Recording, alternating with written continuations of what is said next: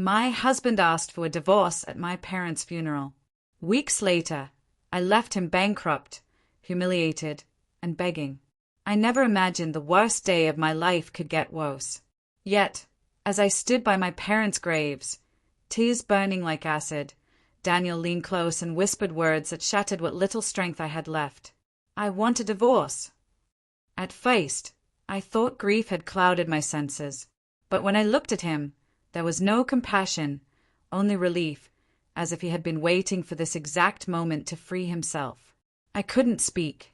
Surrounded by sobbing relatives and solemn prayers, I wondered how someone I had trusted with my soul could act with such cruelty. That night, while mourners filled my home, I locked myself in my parents' room and cried until I felt numb. My parents were gone, and the one person who should have carried me through grief was planning his escape.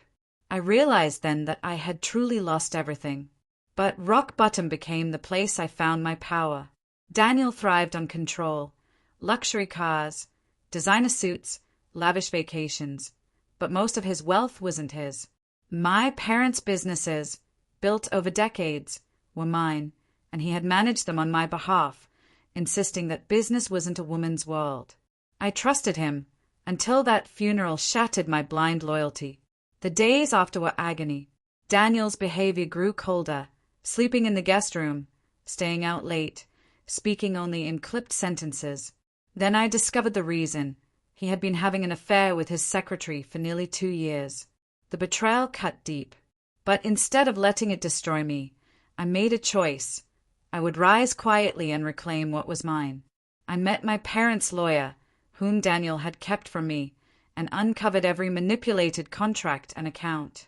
To my surprise, nearly everything was legally in my name. The realization sparked a fire I hadn't felt in years. For weeks, I played the broken wife while regaining control, reassigning lawyers, transferring powers, securing bank accounts. I studied late into the night, determined never to be naive again. Then came the day Daniel served divorce papers, strutting in with a smug smile. "It's over, Claire. Sign these, and I'll be gone." I looked at him long before replying softly, "You're right. It is over." I signed, not with despair, but with quiet victory. Daniel had no idea he was already ruined. His credit cards failed, luxury cars were repossessed, and his empire crumbled. When he stormed into my office, demanding answers, I handed him documents showing every transfer, every account, and every foreclosure.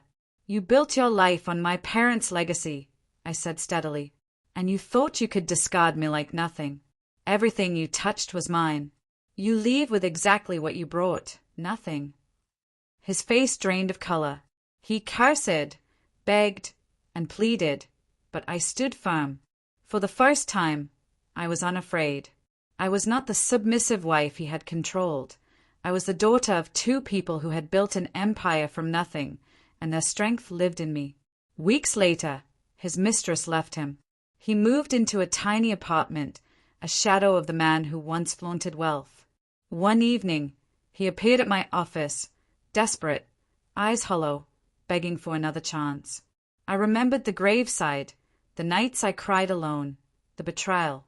And then I said what I never thought I could. "I don't love you anymore." I walked away.